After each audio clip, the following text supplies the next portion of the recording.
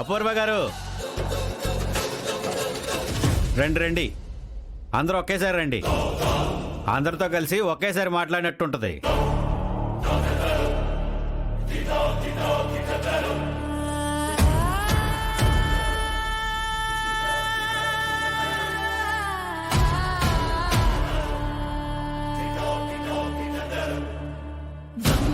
ఏంటి వెంకటేష్ రుబాబుగా మాట్లాడుతున్నావు?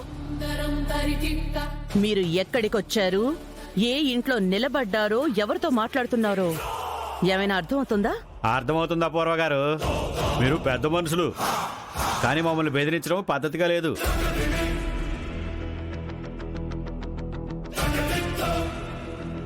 అర్ధాంతరంగా మా వియ్యపురాలు మొన్న రాత్రి మా కోడలను తీసుకొచ్చేసింది. ఇది పద్ధతి కాదమ్మా.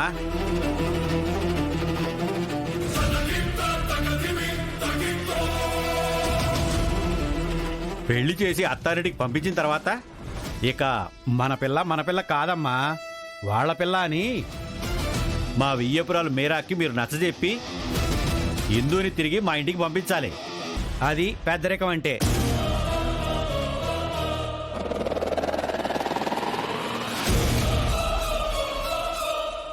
అది వదిలేసి మమ్మల్ని బెదిరిస్తున్నారు.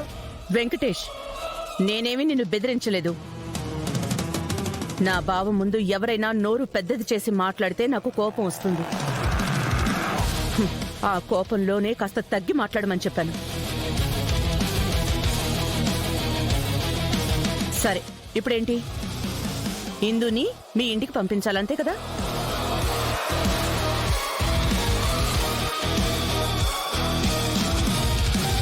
పంపిస్తానులే, మీరు వెళ్ళండి.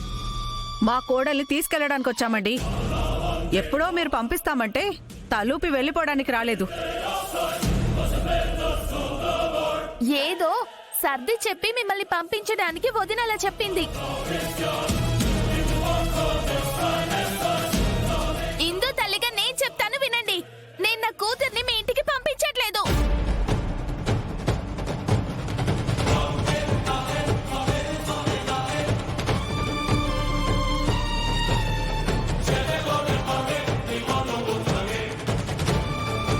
మీరు డబ్బు మనుషులు.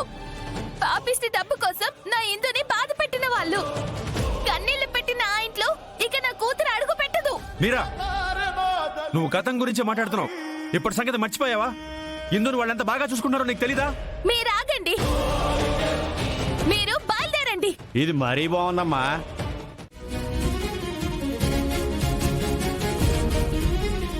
ఇవ్వండి మిస్టర్ శరత్ చంద్ర.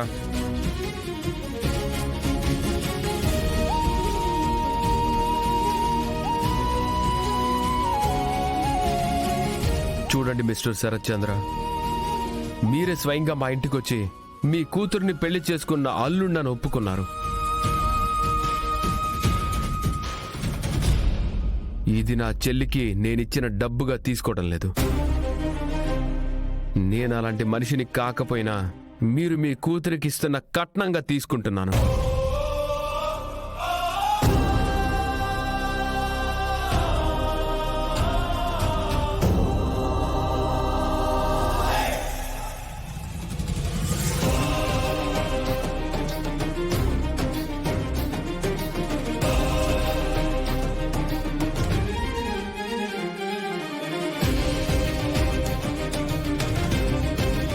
ఇప్పుడు నీకు సంతోషమేగా? గగన్ని గౌరవంగా పిలిచి అవమానించి పంపించారు. ఇప్పుడు మీకు ఆనందమేగా? ఏదైతేనే వా డబ్బు వాడి ముఖం మీద కొట్టారు, అది చాలు నాకు.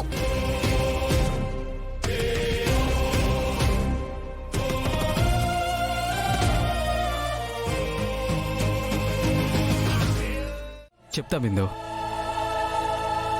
భూమి నిజంగా నా సొంతక్కే. నేను అసలు ఇక్కడికి వచ్చిందే మా అక్క గురించి. అందుకే మా అక్కని వెతుక్కుంటూ నేను మీ ఇంటికి వచ్చాను.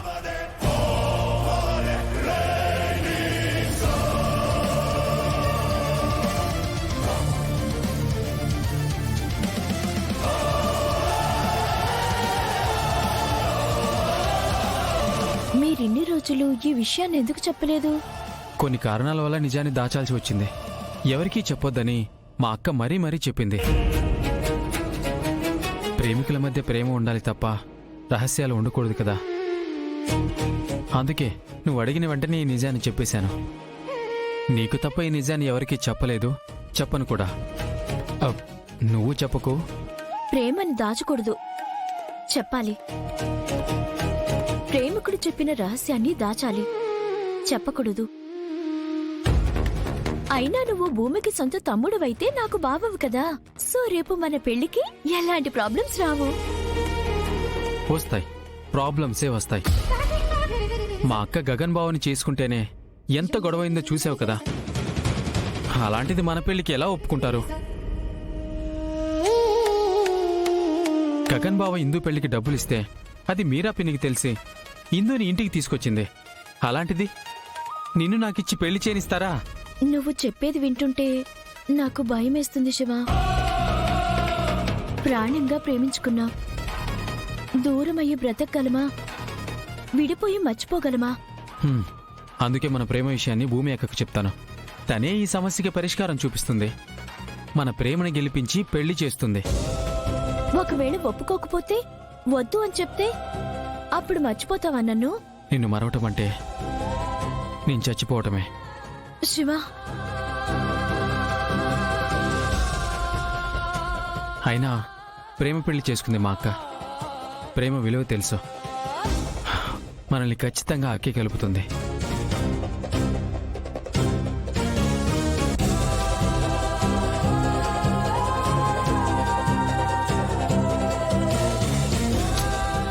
శివ ఎక్కడున్నాడు? కనిపించట్లేదేంటి?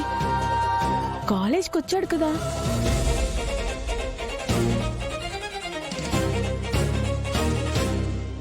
నువ్వు చెప్పేదే కరెక్ట్ శివ. ఇప్పుడే మీ అక్కకి కాల్ చేసి మన ప్రేమ విషయం వివరంగా చెప్పు. తను మనకి ఒక దారి చూపిస్తుంది.